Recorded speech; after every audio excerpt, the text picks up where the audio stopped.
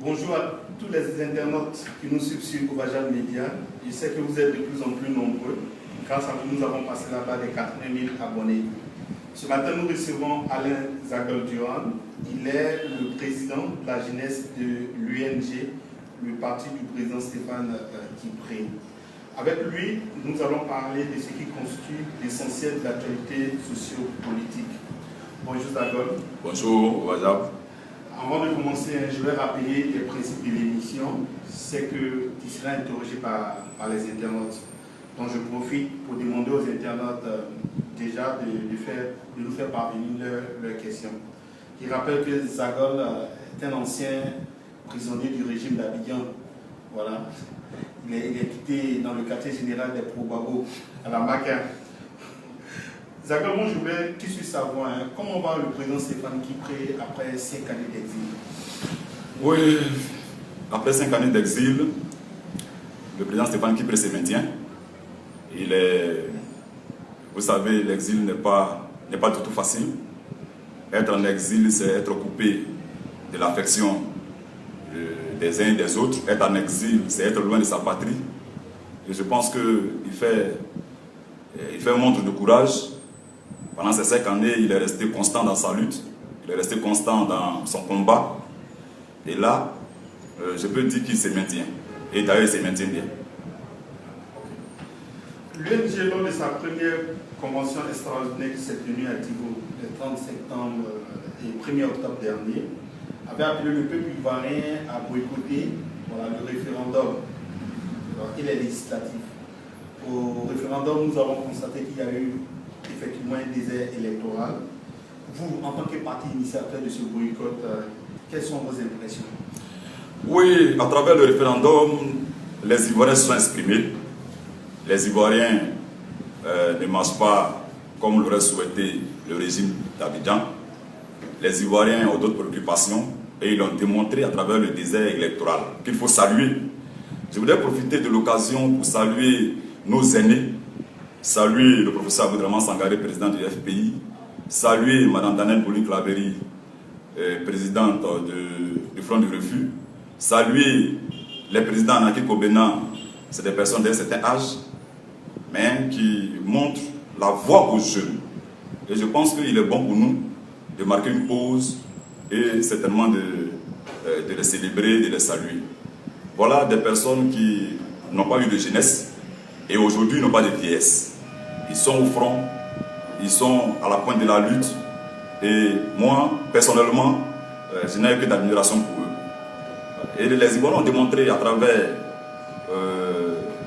la non-participation au référendum qu'ils en avaient marre de ce régime d'Abidjan. Et donc les impressions que nous avons, c'est une satisfaction morale. Mais comme vous savez que nous avons affaire à un régime tout autre, d'une autre époque, un régime moyenâgeux qui s'exprime par la violence, par la dictature, M. Ouattara a opéré un passage en force. Et je crois que les Ivoiriens nous donnent quitus au travers les nombreux appels que nous recevons pour reprendre le chemin de la lutte afin que la question du référendum soit remise sur la table. Donc nos impressions sont les suivantes. Avant de continuer, je voulais rappeler aux internautes que nous recevons le président de la jeunesse de l'UNG, Alain Zagol-Durand. Comme d'habitude, vous pouvez poser vos questions directement et nous allons les communiquer, nous allons les lire au fur et à mesure.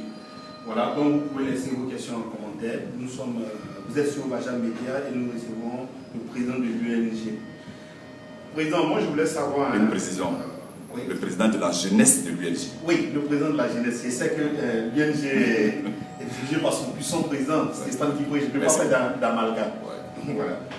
Maintenant, vous avez appelé le peuple à boycotter. Malgré cela, le régime a promulgué sa troisième république. Qu'est-ce que vous allez faire pour que le président Ouattara puisse faire marche arrière? Bon, il faut déjà savoir à qui nous avons affaire dans cette république ivoirienne. Il faut déjà connaître la nature du régime qui est en place. Il faut savoir d'où il vient. Et puis, il faut savoir apprécier les situations pour engager le combat qui mérite d'être engagé. En Côte d'Ivoire, nous avons affaire à un régime dictatorial. Un régime dictatorial, il ne se décrète pas. Voilà, il ne se décrète pas. Un régime dictatorial, il se vit. Voilà. Quand vous êtes dans un pays où l'État lui-même est en prison, il va sentir que vous avez affaire à un régime dictatorial. Je pèse mes mots en disant que l'État est en prison. Vous constatez avec moi qu'un président de la République est en prison, qu'une première dame est en prison, Simone Gbagbo. Vous constatez avec moi que des ministres tels que Dida Kwasi Moïse, Assoa Abdou sont en prison. Vous constatez avec moi que les jeunesses des partis politiques, les présidents des jeunesses des partis politiques sont en prison, notamment Daï Nestor et Kouwa Justin sont en prison. Vous constatez avec moi que la société civile, que le président Samba David est emprisonné. Vous constatez avec moi que de nombreux militaires sont en prison, notamment le général Dogoblé et le commandant Akipré, qui se retrouve à la Maka pour certains, Abei, etc., etc. Quand vous êtes en face d'un tel régime, vous ne pouvez que le qualifier de dictateur. Quand un régime prend la décision sur lui-même de promulguer des lois sans tenir compte de l'aspiration populaire, vous avez en face à un régime dictatorial. Quand un régime empêche l'opposition de s'exprimer librement, vous avez affaire à un régime dictatorial. Et donc, nous savons que nous avons affaire à un régime dictatorial qui utilise tous les moyens pour faire passer son point de vue. Mais nous savons que le peuple de Côte d'Ivoire, aujourd'hui, est en train de se réveiller. Ce peuple prend conscience de plus en plus que Alassane Ouattara n'est pas l'homme qu'il faut à ce pays. Et donc, ce peuple prend ses responsabilités de plus en plus. Nous savons que la situation que nous avons vécue en 2000 et pendant le mandat du président Laurent Gbagbo n'est pas la même situation que nous vivons aujourd'hui. La mobilisation, la population est plus lente, mais elle finira par avoir raison de la dictature de M. Ouattara. Nous avons entrepris une tournée, nous sommes en train de rencontrer nos camarades jeunes, nous sommes en train de rencontrer tous nos camarades jeunes dans les différentes communes de Côte d'Ivoire pour appeler à un sursaut. Parce que la question du référendum, pour moi et pour la part de certains jeunes, n'est pas clos. Parce que les Ivoiriens ne pourront jamais accepter une constitution taillée sur mesure, comme nous la constatons. Voilà. Donc, je vais revenir sur la question, mais je voulais saluer un certain nombre d'internautes qui nous suivent. Voilà, je pense à Jean-Pierre Fiello. Voilà, bonjour frère, depuis le Canada. Merci à Roxane, merci à Euc Bauer, voilà, qui nous suivent depuis le Canada. Je précise que vous pouvez laisser vos questions en commentaire. Alain Zagob-Durand est là, il va répondre. Alors donc la première question, elle nous vient de Kissi Brada. Il dit voilà, Alassane sait qu'il est dictateur. Maintenant ce qu'on vous demande, qu'est-ce que vous comptez faire pour mettre fin à cette dictature ou bien pour que Ouattara retire son référendum et sa droite de... Les seuls moyens dont nous disposons, nous, en tant que jeunesse formée dans le laboratoire du président Laurent Gbagbo, nous n'avons que des moyens démocratiques que sont les marches, les meetings et les mouvements de masse. Alors nous sommes en train d'organiser ça. Et nous prenons notre temps. Les choses qui tardent finissent toujours par être les meilleures parce qu'on prend le temps de mieux les préparer. Voilà. Donc nous sommes au laboratoire, nous travaillons, nous sommes en train de mobiliser les jeunes et dans les jours à venir, comme je l'ai dit, la question du référendum et la question de la nouvelle constitution le débat n'est pas clos. Voilà. Pour nous les jeunes, le débat il est toujours ouvert. Et comme nous savons, ce sera l'occasion donnée à la jeunesse d'exprimer ce qu'ils pensent réellement. Voilà, ce qu'elle pense réellement. Donc, nous sommes au travail et ça prend peut-être du temps, mais je demande au peuple de Côte d'Ivoire de patienter et de nous laisser à l'œuvre. Nous allons prendre la question d'un autre internaute qui s'appelle Emmanuel Assé. Il dit bonjour président, heureux de t'avoir en direct pour éclairer nos antennes. Je viens ici demander ce que nous devons retenir du meeting la dernière fois, le meeting qui a été perturbé par des individus non encore identifiés. Oui, il faut retenir de ce meeting que Alassane Ouattara n'a plus le soutien de ses suppôts, que représentait les FSI. Aujourd'hui, l'armée s'est fait une opinion de sa personne et de sa façon de gérer. Donc l'armée n'est plus prête à brimer les manifestations de l'opposition. Et donc M. Alassane Dramane Ouattara recourt à des méthodes rétrogrades en faisant appel à des microbes pour s'attaquer à la démocratie qui est en train de s'exprimer. Voilà. Donc, ce qu'il faut retenir de ce meeting, c'est que Alassane Ouattara est désavoué par ses propres militants. Et donc, il a désormais recours à des kamikazes pour freiner l'élan démocratique qui est en train de se mettre en place en Côte d'Ivoire. Voilà. Nous avons foi que les Ivoiriens vaincront leur peur et qu'ils sauront prendre les mesures nécessaires pour que la démocratie soit restaurée en Côte d'Ivoire. Voilà. Moi, je voulais demander, est-ce que ce n'est pas, l'action de ces deux œuvrés qui a occasionné le silence qu'on observe au niveau du Front de Refus? Oui, c'est vrai, ce silence il est embêtant, mais comme je l'ai dit, pour toute question qui se veut sérieuse, toute action sérieuse doit se préparer. Voilà, elle doit se préparer. Et je crois pour ma part que nous sommes en train de préparer une action sérieuse. Voilà, nous sommes en train de préparer une action sérieuse. Aujourd'hui, ce qui est à déplorer, c'est le manque de cohésion, voilà, qui pourrait s'exprimer et qui s'exprime dans nos rangs. Parce que pendant que nous sommes en train de parler de la question de la Constitution, il nous revient que certains de nos camarades du Front de Refus se préparent à aller à des pseudo législatives. Mais la question que nous nous posons, la question que nous nous posons, c'est de savoir si l'intérêt du peuple qui est consacré par la Constitution est aujourd'hui une priorité pour certains de nos cadres. C'est la question que nous nous posons. Pour nous les jeunes, la question du référendum, elle a encore d'actualité. Voilà, elle a encore d'actualité et nous pensons que cette Constitution qu'on a imposée aux Ivoiriens et qui, dans son application, est en train de déterminer, parce que M. Alassane Ouattara sait très bien que le peuple de Côte d'Ivoire l'a récusé, cette Constitution doit être retirée par les moyens démocratiques et les mouvements de masse. Et nous sommes en train de nous préparer à cela. Effectivement, l'action de ces deux œuvrés, qu'on appelle abusivement les microbes, pourrait, mais ce n'est pas ça qui a freiné l'élan.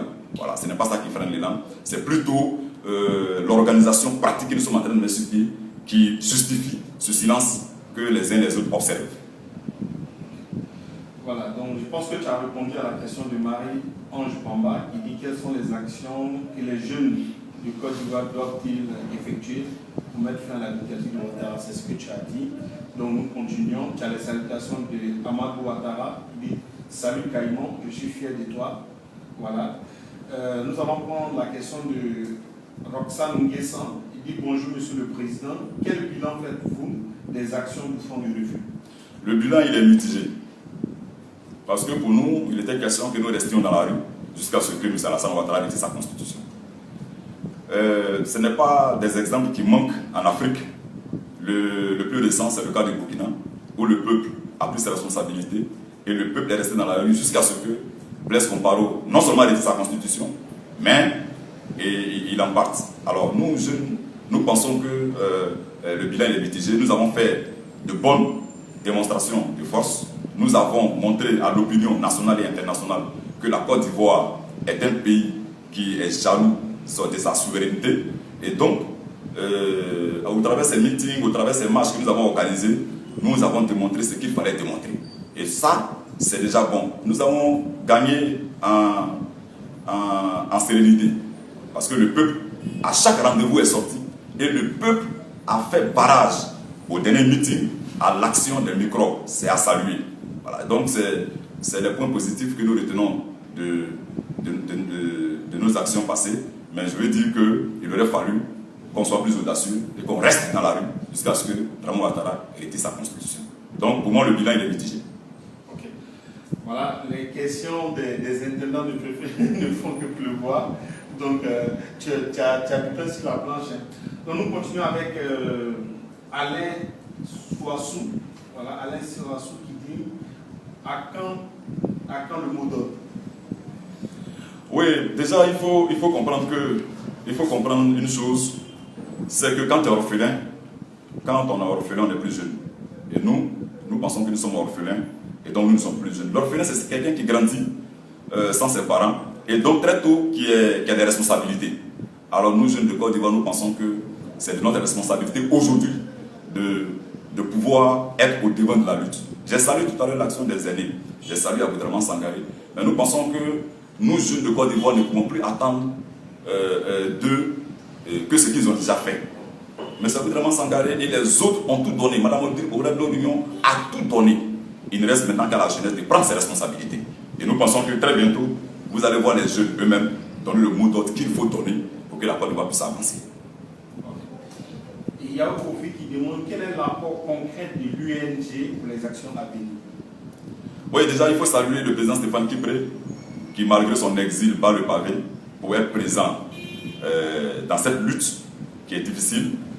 Vous comprenez, vous voyez avec moi les actions qu'il mène, vous voyez les marches qu'il organise, la signature des pétitions, les convois sur la haie pour mobiliser la diaspora, que je salue également, parce qu'il faut saluer la diaspora ivoirienne. Malgré le fait qu'elle soit dans les meilleures conditions, elle est inquiète de l'avenir de son pays, et elle est au front.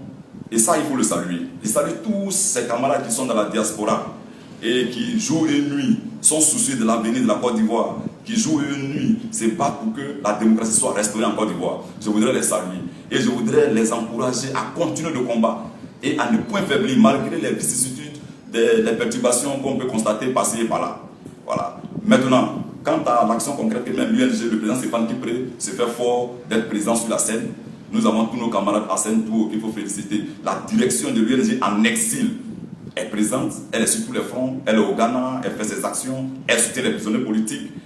Mais aussi la direction en Côte d'Ivoire est également sur le terrain. Je salue le VP Bowie Arnaud, qui est le premier vice-président de l'UNG, qui ne manque à aucun rendez-vous.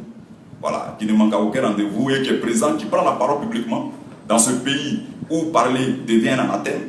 Le VP Bowie, qui est membre de l'UNG, dit clairement les positions de l'UNG sans faiblir et sans compromission. Vous savez également que la jeunesse de l'UNG est aussi engagée dans le combat. Voilà, donc l'UNG est présente. Voilà, l'UNG est présente et l'UNG est plus que déterminée pour l'aboutissement de la lutte. Nous continuons avec les internautes, mais avant d'aller plus loin, je voulais saluer nos amis du réseau Panacom, Kakri Kaza, Fier Ivoirien, Léo Côte d'Ivoire, qui font un excellent travail sur la toile. Je voulais saluer aussi un grand communicateur, Steve Pico, voilà, depuis la France, qui fait un travail remarquable. Voilà, Steve, sois salué. Je salue également nos amis Fieblo, Roxane, Oufoué Elvis, Bauer, voilà, Laetitia Nguessan, Ludovic Guillain. Merci à vous, merci pour le travail que vous faites. Donc, nous allons passer à la question de Félix Aoulaba qui dit bonjour Président, pourquoi ce jeune parti l'UNG n'a jamais été à une élection électorale? Pensez-vous que le fait de contester Youssouf Bakayoko est une raison pour que ce parti ne siège dans aucune instance officielle pour faire attendre sa voix de l'intérieur? Oui, je voulais saluer cet internaute. C'est une très belle question. Voilà, il faut déjà savoir qu'une lutte, c'est une ligne, et puis c'est une posture, une lutte. Voilà, on ne peut pas engager un combat et soi-même se faire harakiri. Voilà, l'UNG a un allié qu'on appelle le FPI, que l'UNG respecte. Et quand l'UNG prend des engagements avec son parti allié, l'UNG est tenu de respecter ses engagements. Aujourd'hui, le président Stéphane Kipré, il a félicité. Parce que malgré nos nombreux séminaires que nous faisons, le président Stéphane Kipré met au placard ses résolutions pour mettre au devant l'intérêt commun du combat de la Côte d'Ivoire. Voilà pourquoi l'UNG n'a pas encore fait la promotion de son projet de société.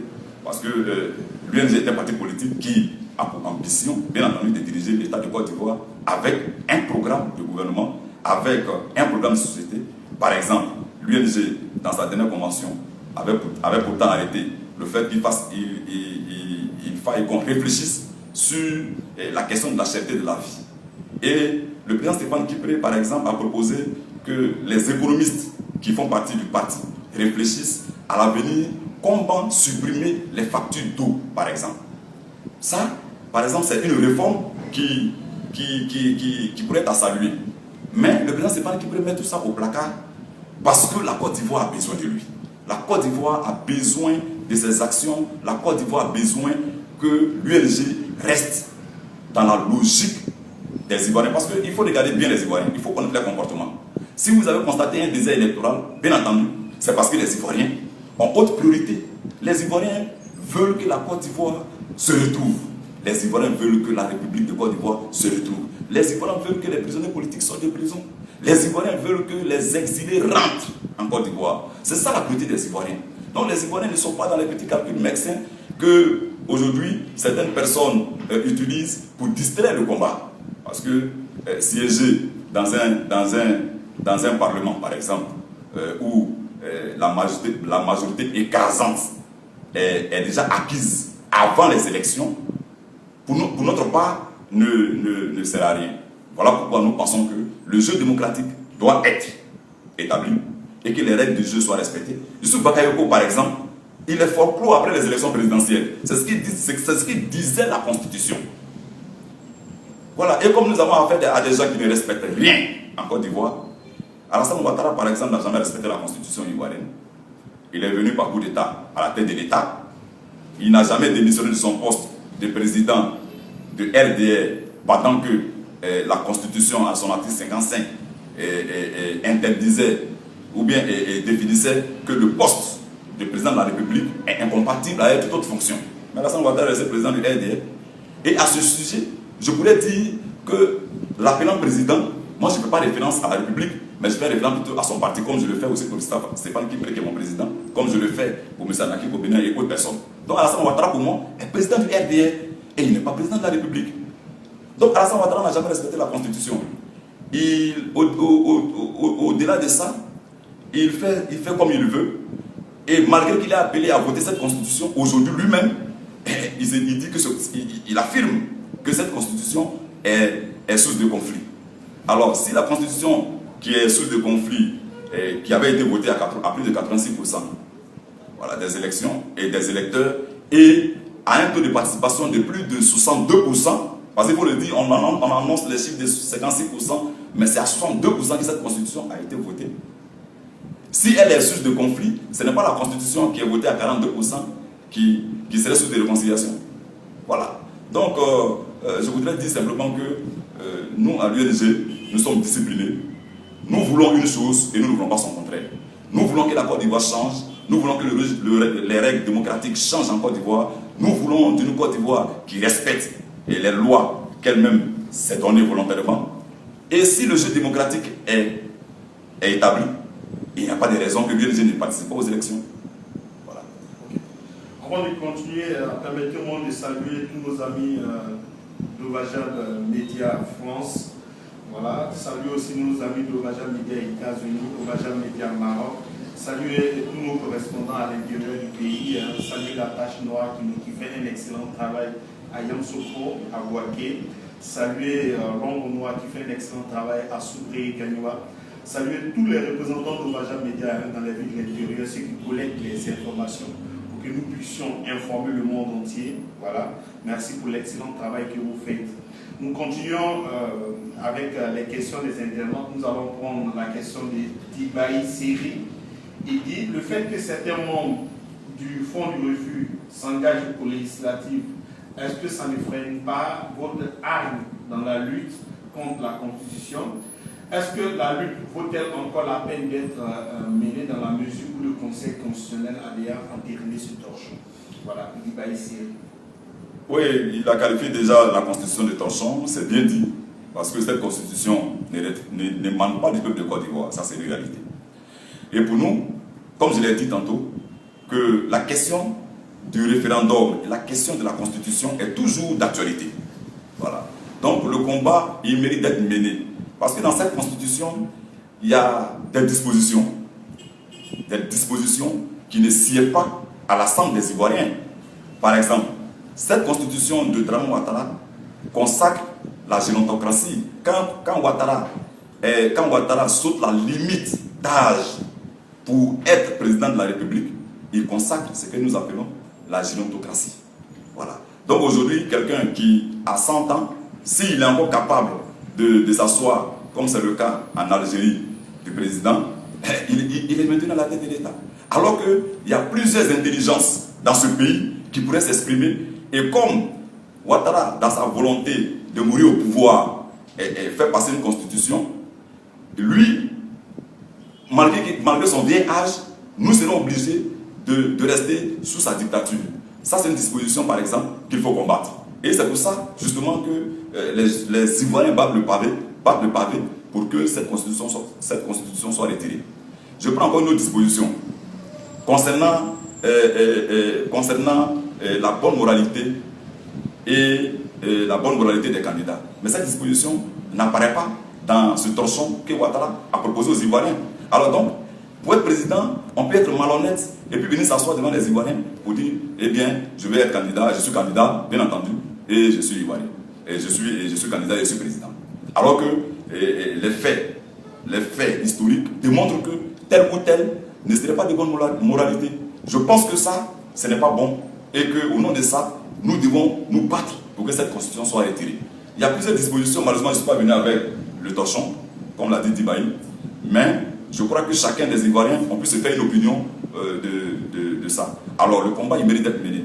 Revenant sur la question qui dit que certains membres du Front de Refus vont aux élections, dans le Front de Refus, il n'était pas question qu'on ne parte pas aux élections.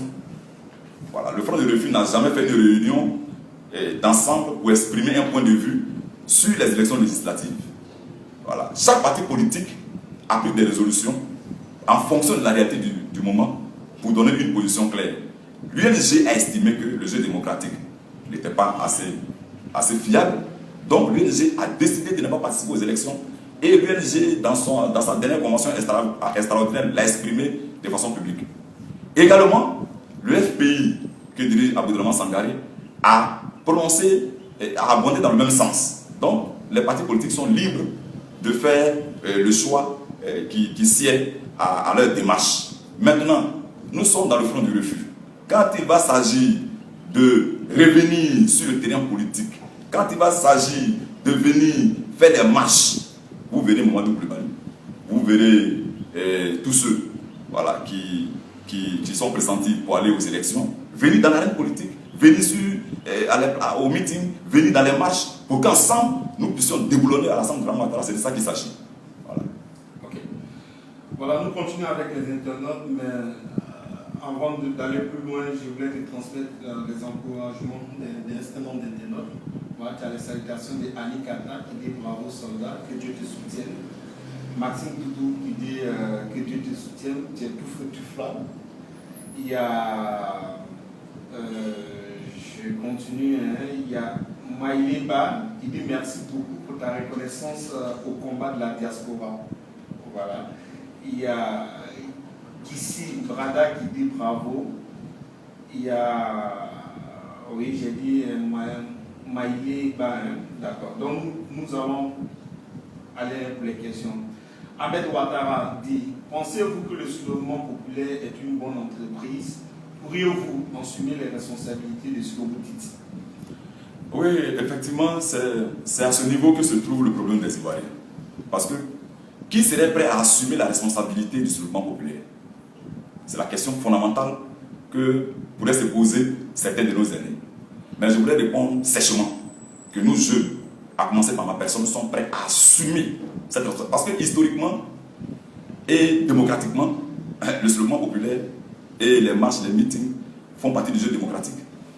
Vous constatez avec moi que récemment, un président américain a été élu, Donald Trump. Mais la contestation est dans les rues actuellement. Et les gens battent le pavé pour récuser Donald Trump et même signer des pétitions pour que Hillary Clinton soit présidente. C'est le jeu démocratique.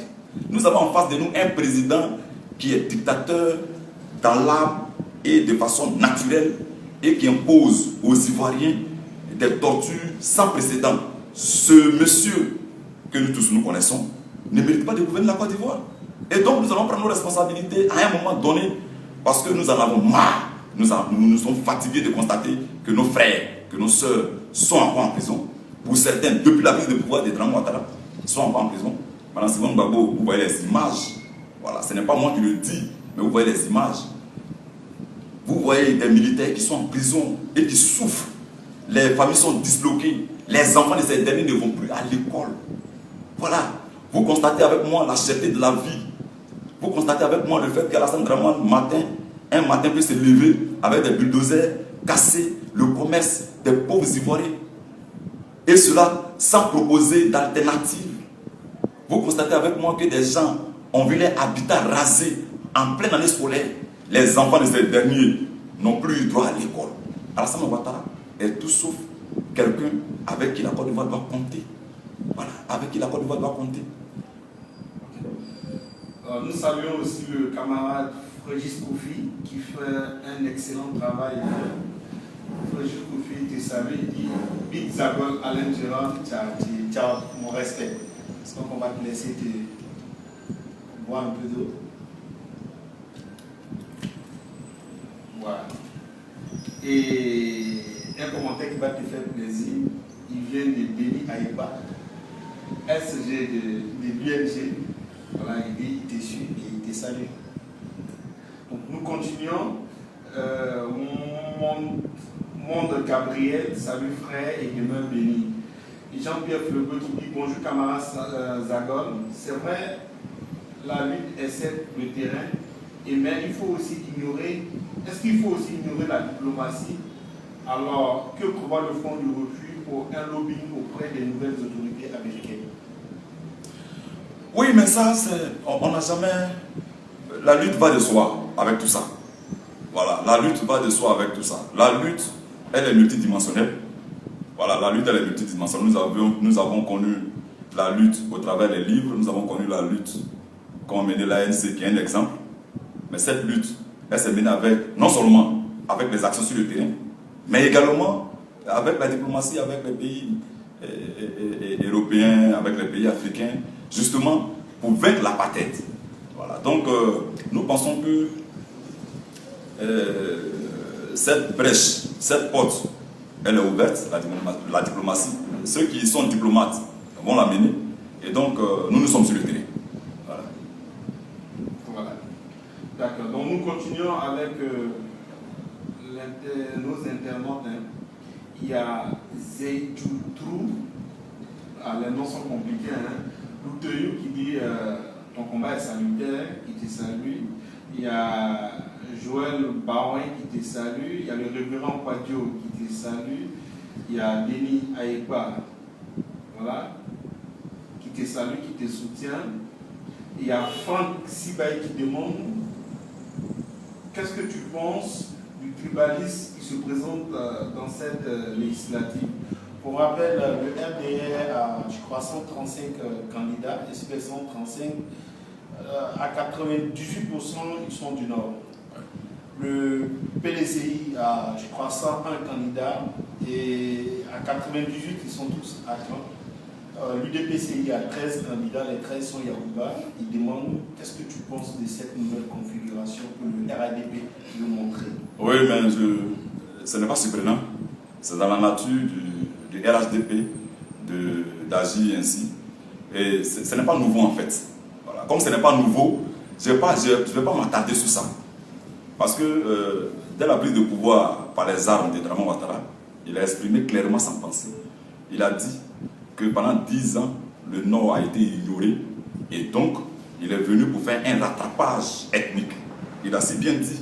Mais partant de ce fait, il n'est plus question pour moi de douter de la nature dictatoriale de Dramane Ouattara. Mais ce sur quoi je vais me prononcer, c'est justement sur cette incongruité que je constate. Je constate effectivement que bon nombre des candidats, parce qu'en prenant le pouvoir par les armes, le RHDP, à sa tête, Alassane Dramane Ouattara, revendiquait le fait que le Nord aurait été lésé dans le développement de la Côte d'Ivoire. Mais malheureusement, aujourd'hui, je constate dans les législatives que pratiquement tous les candidats du RDR se présentent dans la partie sud du pays. Alors, est-ce à dire que le Nord, qui le voulait développer tant, a fini d'être développé et que c'est le surplus qu'on reverse au sud?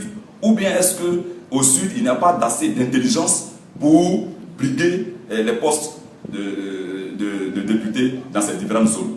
Parce que la question fondamentale se pose. Quel est le rôle du député? Ça, c'est une question fondamentale. Le député, il répond à l'aspiration d'une circonscription électorale. Il répond à l'aspiration d'un peuple. et il répond à la situation d'une région. Vous pensez que les Bamba et les Bakayoko qui sont candidats à Gagnois pourront aller expliquer un test de l'Assemblée nationale aux parents et BT qui y sont dans le patois de ceux-ci? Je doute. Je doute. Alors, comme le président Stéphane Kipré aime bien sûr le dire que quand nous allons parvenir un jour au pouvoir, il va falloir comprendre des grandes mesures. Les premières mesures qui sont à prendre concernent les ébriers. Par exemple, à Abidjan, les ébriers sont victimes du fait que Abidjan soit une capitale et qu'Abidjan reçoive toute la Côte d'Ivoire. Donc les ébriers n'ont plus de terres cultivables, ils n'ont plus d'activité champêtre.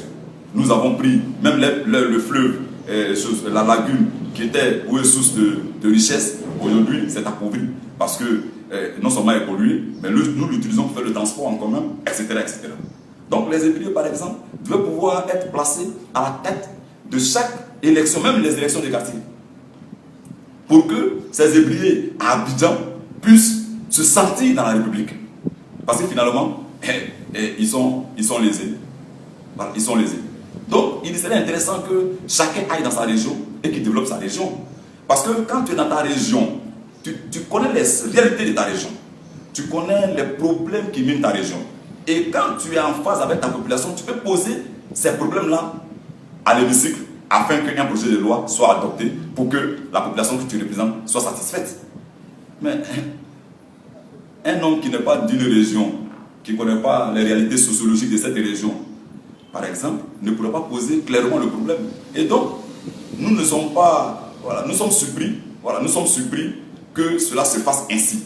Voilà. Mais en même temps, nous comprenons que l'Assemblée nationale est finalement une caisse à résonance où un monsieur prend ses décisions à lui seul dans sa maison et qu'il vienne à l'Assemblée et qu'il soit applaudi et que ces lois soient promulguées, malheureusement. Nous continuons avec Marie-Laure Kofi qui dit: est-ce qu'il y a vraiment la cohésion et l'entente au sein du Front du Refus? Et c'est une question à deux volets. Est-ce que la jeunesse peut faire confiance à ce Front du Refus?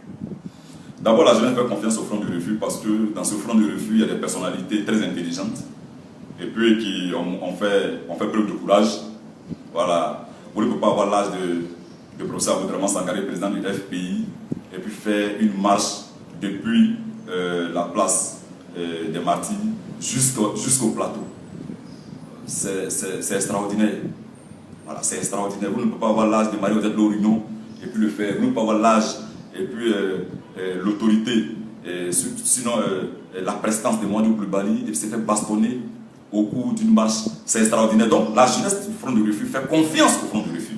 Ça, c'est une chose. Maintenant, quant à la cohésion qui existe dans le Front du Refus, nous, au niveau de la jeunesse, nous n'avons pas de problème.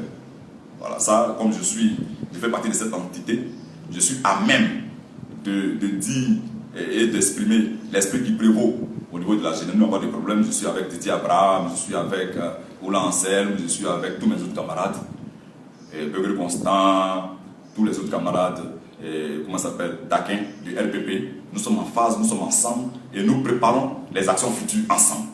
Maintenant, nos aînés, je pense et je suppose qu'ils font des mêmes. Voilà, donc je ne pense pas qu'il y ait une désunion au niveau du Front du Refus. Prenons la question de Yannick Bain, qui dit: général, ne pensez-vous pas que la meilleure stratégie aurait été d'aller aux urnes, au battre Ouattara et ainsi démontrer que les chiffres de la Constitution étaient faux? Oui, mais vous, le penser, le dire, c'est ne pas connaître Ouattara. Le penser, le dire, c'est ne pas connaître Ouattara. Voilà. Alassane Dramane Ouattara, bon, c'est pas moi qui le dis également. Quand vous partez sur Wikipédia, vous tapez Alassane Dramane Ouattara, vous verrez sa biographie. Voilà, vous verrez sa biographie. Il est né à Sendou. Ça, c'est Wikileaks qui le dit, Wikipédia qui le dit. Il est né à Sendou et ils ont mis en parenthèse actuel Haute-Volta. Mais il est en Côte d'Ivoire et il a brigadé un pouvoir et il a la tête de ce pouvoir. Pensez-vous qu'un tel monsieur qui a relié sa patrie est prêt à concéder une quelconque démocratie dans le pays conquis? Non. Si Alassane Ouattara voulait jouer le jeu de la démocratie, Youssou Bakakou ne serait plus à la tête de la CEI. C'est des questions fondamentales. Si le jeu démocratique devait être fait, le président du Conseil constitutionnel, qui était Paul Yao André, ne devait pas être débarqué en lieu et place de Francis Gauthier, qui lui aussi a été débarqué en cours de mandat. Si Alassane Ouattara voulait jouer le jeu démocratique, il aurait permis que le peuple s'imprègne des nouvelles dispositions qu'il propose dans sa soi-disant constitution avant de pouvoir la soumettre à référendum.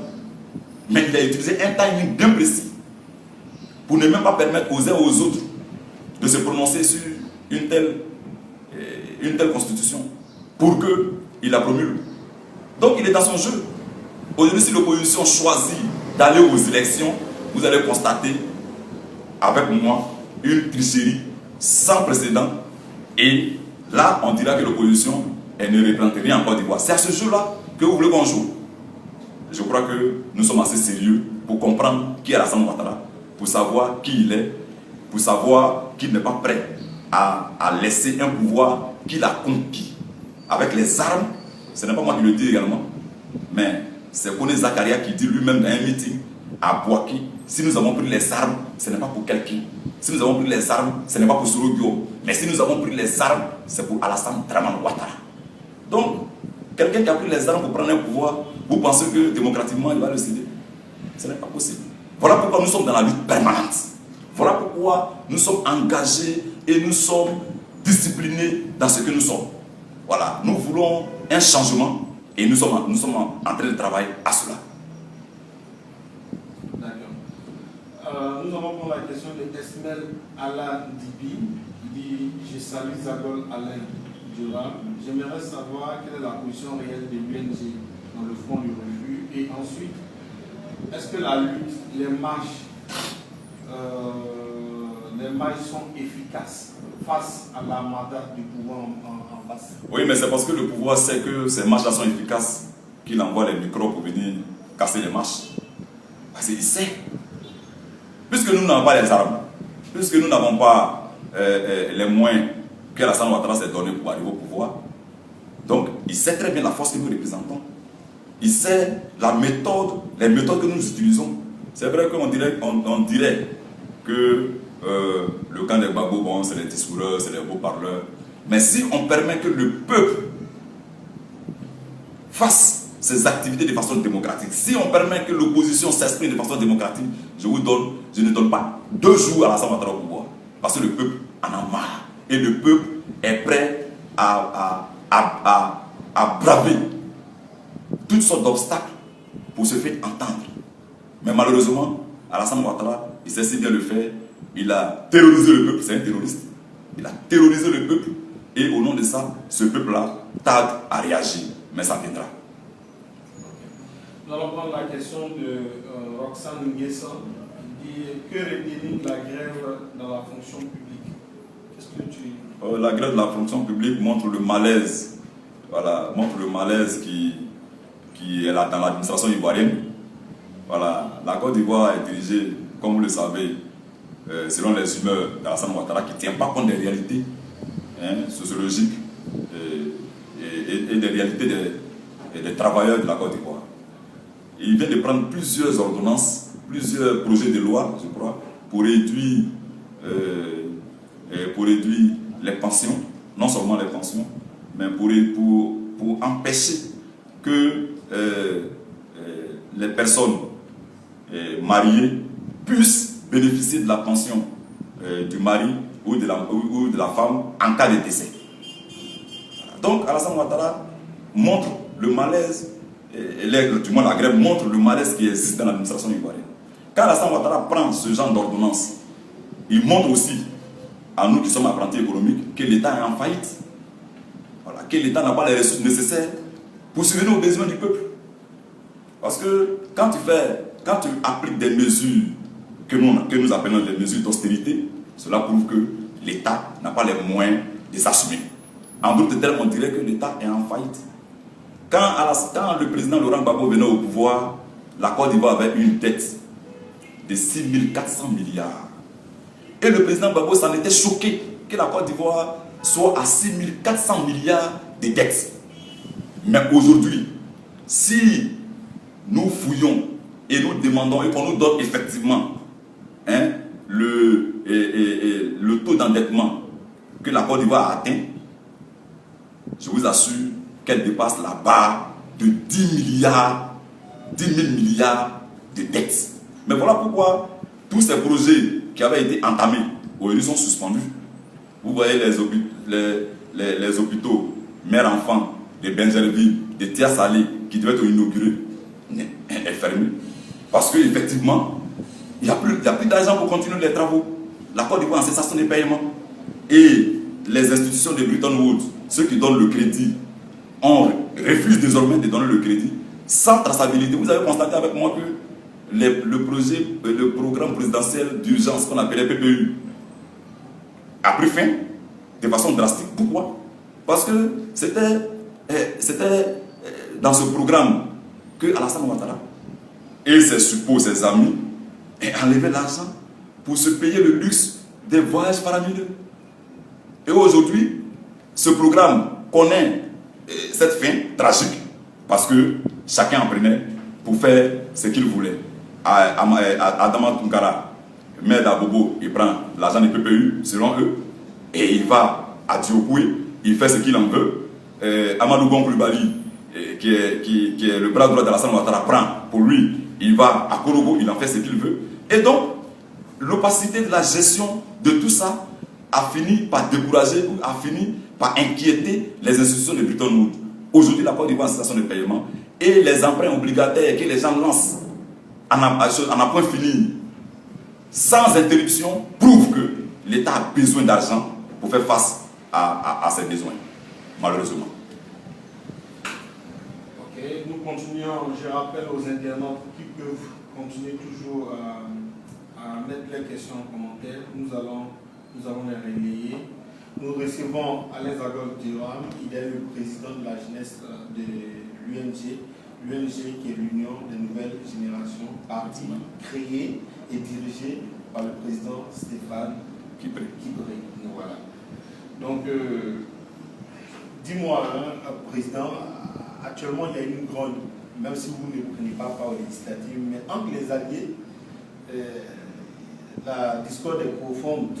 Parce que dans le partage du gâteau, il y a l'UDPCI qui se sent lésé, donc qui présente une cinquantaine de candidats UDPCI.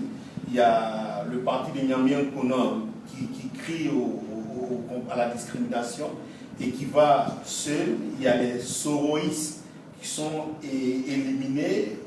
Comment vous voyez tout ça? Ce que je peux dire, c'est tant pis pour eux et tant mieux pour nous. D'accord. Mais est-ce qu'on a vu en 1993 la guerre des héritiers a envoyé un coup d'État, a vraiment mis le pays en difficulté?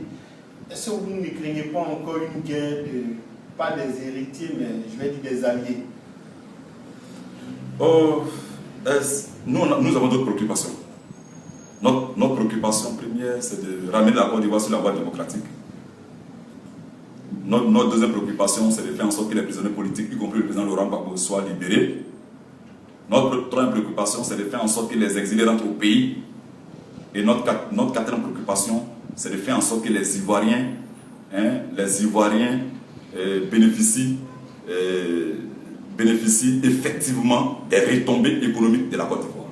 Voici nos préoccupations. Donc les guerres des héritiers et les guerres des alliés ne nous intéressent en rien. Voilà. D'accord. Je pense que tu as déjà répondu à la question de Jean-Pierre Fleureau qui dit: Président Zagol, j'aime beaucoup ta détermination et je voudrais savoir où en êtes-vous avec votre réunion avec la jeunesse de l'opposition dont j'ai eu l'occasion de voir naître. Oui, la jeunesse de l'opposition va faire une déclaration commune dans ces jours et nous sommes en train de travailler. Nous sommes ensemble, nous travaillons pour notre idéal, nous travaillons pour remobiliser les Ivoiriens, nous travaillons pour réveiller les Ivoiriens et nous travaillons pour que justement Alassane Ouattara retire sa constitution. Moi, je voulais te poser une question. La semaine passée, 200 microbes ont été convoyés en Mayako pour être on nous a dit resocialiser. Quel commentaire faites-vous? Oui, bon, je crois que c'est malheureux de constater que des Ivoiriens soient appelés microbes. C'est malheureux de le constater. Les enfants ont été utilisés comme des enfants de guerre, ils n'ont pas été récompensés. Aujourd'hui, on les appelle microbes et on les amène dans des camps de concentration pour les resocialiser. Bon. Resocialiser, c'est-à-dire, est-ce que ces enfants vont bénéficier d'une formation pour que ceux-ci puissent être autonomes, pour qu'ils soient opérationnels? Je ne sais pas. Mais il faut bien entendu qu'on nous dise quelles sont les implications et quels sont les tenants de la resocialisation de ces soi-disant microbes qui ont été déportés là-bas. Mais dans le fond, je veux dire que c'est malheureux de le constater. Aujourd'hui, pour que la Côte d'Ivoire puisse sortir de ces difficultés, pour qu'on ne puisse pas avoir, ce genre de phénomène, il faut penser à l'industrialisation du pays pour donner de l'emploi aux uns et aux autres, pour que ces enfants n'aient pas le temps de vaquer à ces occupations peu recommandables. Quand vous allez à Djamé, vous vous rendez compte que la Côte d'Ivoire est un pays qui surprend dans sa laideur. Vous voyez des enfants de 7 ans, des enfants de 8 ans, qui au lieu d'aller à l'école, ont des paniers d'eau sur la tête, vendent des arachides, font des petites promesses. C'est aberrant. C'est aberrant. Alors que l'État en a les moyens. L'État en a les moyens de faire en sorte que tous ces enfants-là puissent effectivement aller à l'école. C'est abusivement que ce gouvernement de trompeurs affirme que l'école est obligatoire. Mais en disant que l'école est obligatoire, il cache bien entendu le fait que l'école soit obligatoire, mais payant. Alors il faut bien, ensemble, qu'on décide de rendre l'école obligatoire, mais de la rendre gratuite jusqu'à la classe de terminale. Ce n'est pas un fait nouveau, ce n'est pas une première expérience. Des pays l'ont expérimenté et cela a démontré, ça a relevé le niveau d'instruction de la population. L'indice de développement humain dans certains pays tels que la Norvège, les pays, bon, on dit les pays, c'est les pays développés, mais il faut qu'on essaie, il faut qu'on apprenne, il faut qu'on essaie d'amener, de faire en sorte que les enfants là puissent aller à l'école. C'est un cri de cœur. Les voir à Djamé et en train de vendre de l'eau nous fait un pincement au cœur. Un pincement au cœur, franchement. Voilà. Nous allons prendre encore des questions, Président.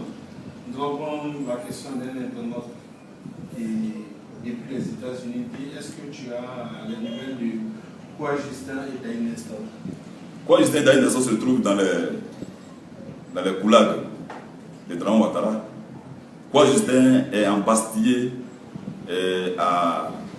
au camp pénal de Bouaké. Je suis allé, j'ai vu un frère qui a le moral, c'est vrai, mais qui vit dans des conditions les plus difficiles. Parce qu'au camp pénal, c'est pratiquement un mouroir. Au camp pénal de Bouaké, les gens sont parqués comme des animaux dans un pâturage. Des barbelés en un point fini. On se croyait dans un camp de concentration. Et c'est là-bas que vit Kwa Justin. Et c'est là-bas que vit Daï Nestor. Et c'est là-bas que vit le ministre Assou Agou. Et c'est là-bas que vit Maître Bayi Patrice. Et c'est là-bas que vivent tous ces nombreux Ivoiriens qui sont encore en prison, malheureusement. Okay. Nous arrivons pratiquement à la fin de notre entretien. Je voulais saluer tous les internautes qui nous suivent lors de nos directs, les remercier pour le travail remarquable qu'ils font sur la toile. Je voulais profiter pour saluer Steve Biko. Merci frère pour le travail.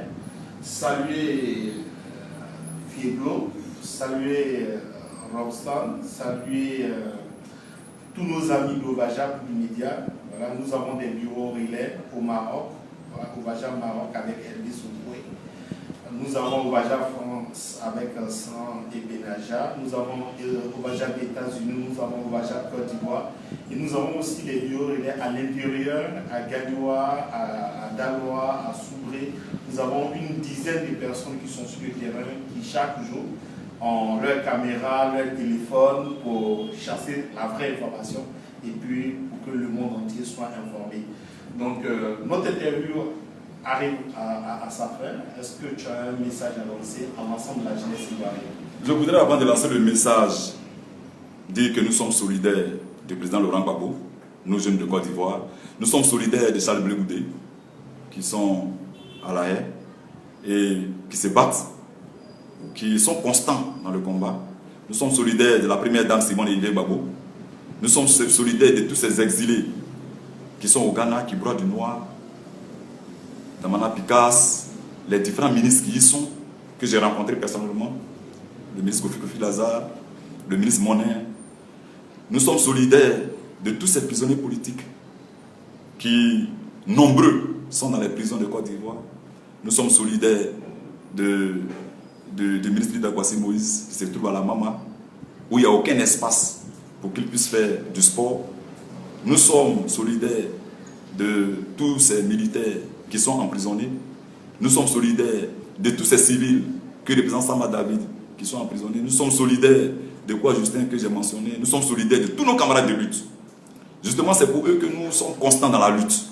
C'est pour eux que nous sommes constants dans la lutte. C'est pour eux que nous sommes prêts à ne pas aller à la compromission. Parce que ce n'est pas les tentations qui manquent, ce n'est pas la tentation qui manque, ce n'est pas, le soudoyement qui manque. Mais nous sommes restés constants et nous allons le rester jusqu'à ce que la liberté soit pour tous nos camarades. Entre la paix et la liberté, j'ai choisi la liberté. Parce que vouloir la paix, c'est accepter toutes sortes d'injustices. S'asseoir pour observer Alassane Dramane Ouattara faire ce qu'il a envie de faire, parce qu'on a besoin de la paix. S'asseoir pour le voir en train de nous brimer, en train d'emprisonner nos pauvres parents, en train d'emprisonner nos mamans, parce que la dame Méo, elle se trouve à la Maca. C'est vouloir la paix. Mais vouloir la liberté, c'est se battre. Parce que quand il y a la liberté, il y a forcément la paix. Alors nous, jeunes de Côte d'Ivoire, nous devons savoir que nous avons de grandes responsabilités à compter d'aujourd'hui. Et ces responsabilités, nous ne devons pas les fuir. Nous devons les assumer. Comme je l'ai dit, nous sommes orphelins. Et quand on est orphelin, on a très tôt des responsabilités. Nous n'allons pas fuir nos responsabilités. Nous devons les prendre pour que la Côte d'Ivoire change. Pour que la Côte d'Ivoire change qualitativement. Pour que les Ivoiriens du Nord, pour que les Ivoiriens du Sud, pour que les Ivoiriens de l'Est et les Ivoiriens de l'Ouest se retrouvent. Parce que Alassane Dramane Ouattara nous a trop divisés. Il a divisé le peuple de Côte d'Ivoire. Il a détruit la cohésion sociale qui existait entre nous les Ivoiriens. Et il nous a apporté la guerre. Il nous a apporté la guerre que nous sommes en train de gérer. Alors, jeunes de Côte d'Ivoire, que tu sois du Nord, que tu sois du Sud, que tu sois de l'Est et de l'Ouest, que tu sois du centre, tu dois pouvoir comprendre que la Côte d'Ivoire a besoin de toi. Nous sommes en tournée, nous sommes en train de rencontrer nos camarades et très bientôt nous allons lancer un mot d'ordre clair pour que les Ivoiriens se retrouvent et que les Ivoiriens disent une bonne fois pour tout non à la dictature de Dramane Ouattara. Je vous remercie. Voilà, c'est sur ces mots de Alain Zagol-Durand, premier responsable de la jeunesse de l'UNG, que nous mettons fin à notre entretien. Mais nous voulons, avant de clore cette émission, saluer le président de l'UNG, le président Stéphane Kipré, parce que nous l'accompagnons dans ses œuvres sociales. C'est quelqu'un qui vraiment soutient les enfants des prisonniers, soutient les Ivoiriens qui sont dans les camps des réfugiés, soutient les enfants des militaires, soutient vraiment les Ivoiriens qui sont en détresse. Nous profitons donc de la réception du président de la jeunesse de son parti pour le saluer et lui dire merci pour tout ce qu'il fait pour cette résistance-là. Vous avez été nombreux. Nous vous disons au revoir et à très bientôt pour un nouveau direct. Restez toujours scotchés à Obaja Media. Que Dieu vous bénisse. Merci.